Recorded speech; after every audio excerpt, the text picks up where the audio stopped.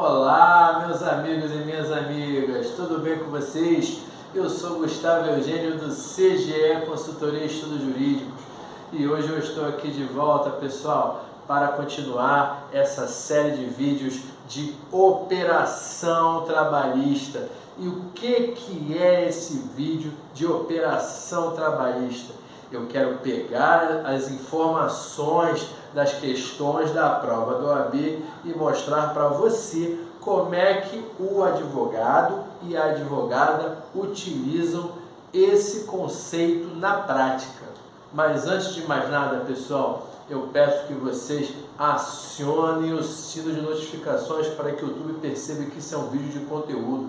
Peço também que vocês dê o like nesse vídeo, que ajuda muito o nosso canal a se propagar no YouTube, e peço também que vocês compartilhem esse vídeo com outras pessoas, para que essas pessoas também tenham acesso a esse conteúdo muito importante para estudantes de direito e para novos profissionais, novas advogadas e novos advogados.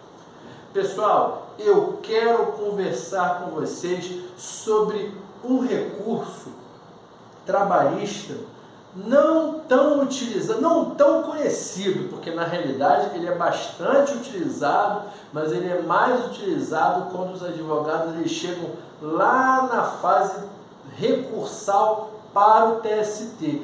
E, logicamente, em virtude do filtro recursal, do filtro de admissibilidade recursal do Tribunal Superior do Trabalho, nem todo mundo tem oportunidade de chegar ao TST, tampouco se utilizar desse recurso. Mas quando você, profissional, chegar e tiver essa possibilidade de recurso no TST, você precisa saber como utilizá-lo e para que ele serve. Quero conversar com vocês hoje sobre embargos ao TST.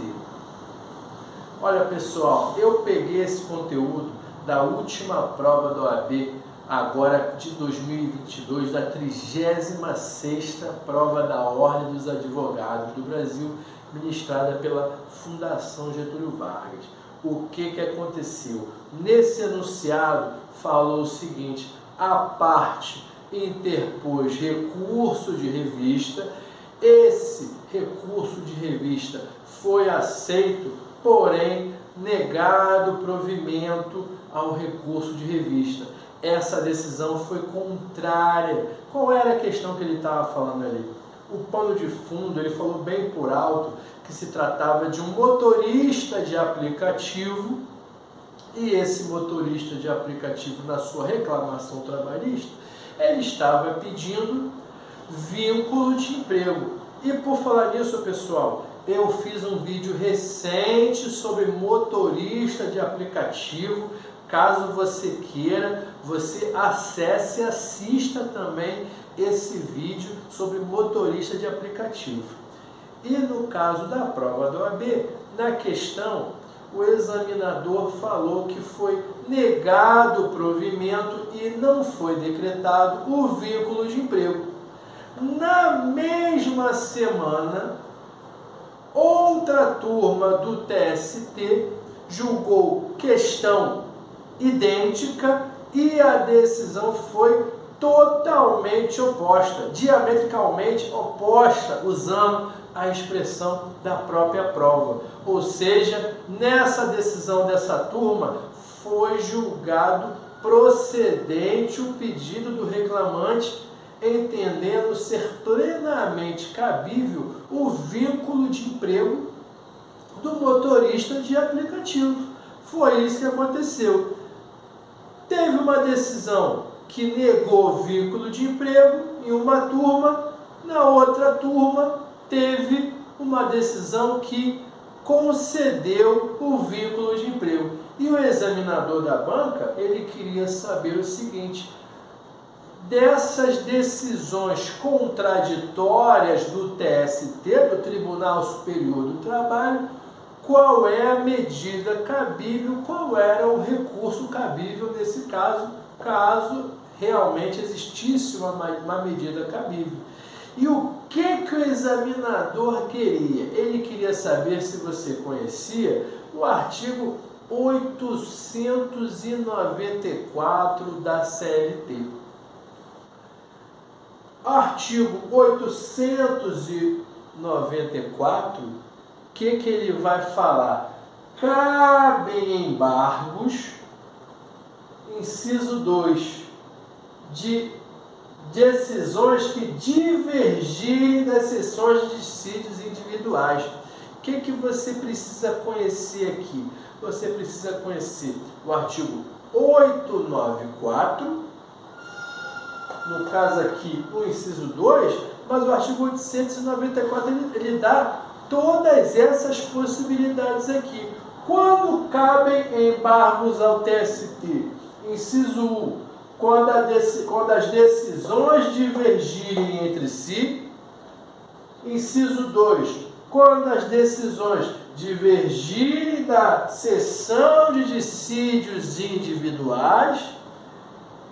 Inciso 3, cabem embargos ao TST de decisões contrárias à súmula ou orientação jurisprudencial do TST. E, por fim, cabem embargos ao TST de decisões contrárias à súmula simples súmula do TST ou súmula vinculante do próprio TST. E foi isso que aconteceu, pessoal. Olha só, temos aqui algumas possibilidades. Por exemplo, inciso 1, cabe embargos quando as decisões divergirem entre si. Poderia, por exemplo, ter tido uma decisão da mesma turma na segunda e na terça-feira teve uma decisão da mesma turma completamente diferente. O que o advogado vai lá e faz? Ele entra com o artigo, com os embargos do artigo 894 da CLT. Também informa ainda, até aproveito para falar, pessoal, que você também vai encontrar a normatização nesses embargos lá no artigo 893 da CLT, que é esse artigo que vai elencar as hipóteses recursais previstas na CLT. E ele vai falar, o inciso 2, olha o que o inciso 2 fala: decisões que divergirem da sessão de dissídios individuais. Foram duas turmas diferentes. Uma turma falou uma coisa, outra turma falou outra. Duas turmas diferentes. E, pessoal, percebam que são esses embargos aí que geralmente vai causar a súmula, cara. É através desses embargos, quando você provoca o TST dessas divergências, é que o Tribunal Superior do Trabalho, diante dessas divergências, ele vai ter que, será necessário, ele criar uma súmula para uniformizar todo esse conteúdo, para uniformizar determinada matéria. No caso aqui, ó, no inciso 3, foi como eu falei para vocês. Você entrou com recurso de revista e a decisão foi contrária a uma súmula do TST ou uma OJ ou uma orientação jurisprudencial, você entra com embargos. Por exemplo, você entrou com uma reclamação, chegou lá no recurso de revista e o tema era, por exemplo, era hora extra. Hora extra em qual aspecto? Não nas provas, porque não irá no TST, no recurso de revista, não vai caber você entrar com recurso de revista para tratar sobre provas. Mas de repente foi uma questão ali lá do início que não foi juntada na contestação o controle de ponto, que é determinado pela súmula 338 do TST, e a parte não se desincumbiu daquelas provas, então já é uma súmula do TST. Se foi seguindo ali, entrou com o autor, você advogado do autor, entrou com a reclamação trabalhista, pedindo hora extra, o réu não juntou controle de ponto, tem que ser aplicada a súmula 338 do TST, a não ser que ele consiga se desvencilhar desse ônus probatório. Se ele não se desvencilhou desse ônus probatório, tem que ser mantida e aplicada a súmula 338 do TST.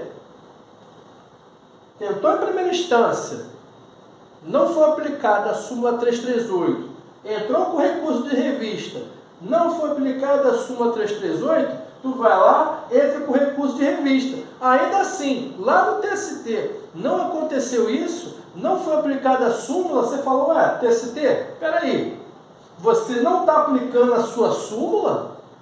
Se fosse outra matéria, você não está aplicando a sua J? Vou entrar com embargos para entender o que é isso. Uniformiza isso aí para mim, porque está tudo muito nebuloso. O inciso 4, a mesma coisa. Existe uma decisão do STF, existe uma súmula do STF, por exemplo, que, se não me engano, fala, súmula do STF, que fala o quê? Fala que você não pode descontar valores indenizatórios, não cabe imposto de renda sobre valores indenizatórios. Isso é uma súmula do STF. E está lá todo mundo te cobrando valores de IR, sendo que a matéria é uma matéria indenizatória, tu entra com embargos em virtude de contrariedade à súmula simples do Supremo Tribunal Federal.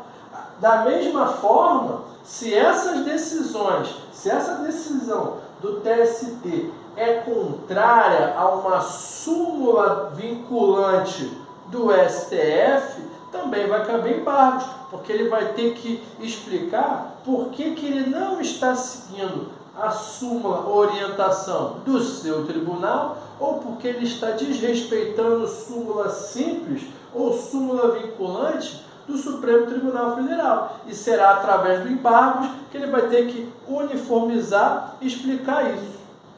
Tudo bem, pessoal? Eu espero que vocês tenham gostado desse tema, gostado desse vídeo. Peço que vocês dêem um like, compartilhem esse vídeo e eu desejo a vocês um grande abraço e até a próxima.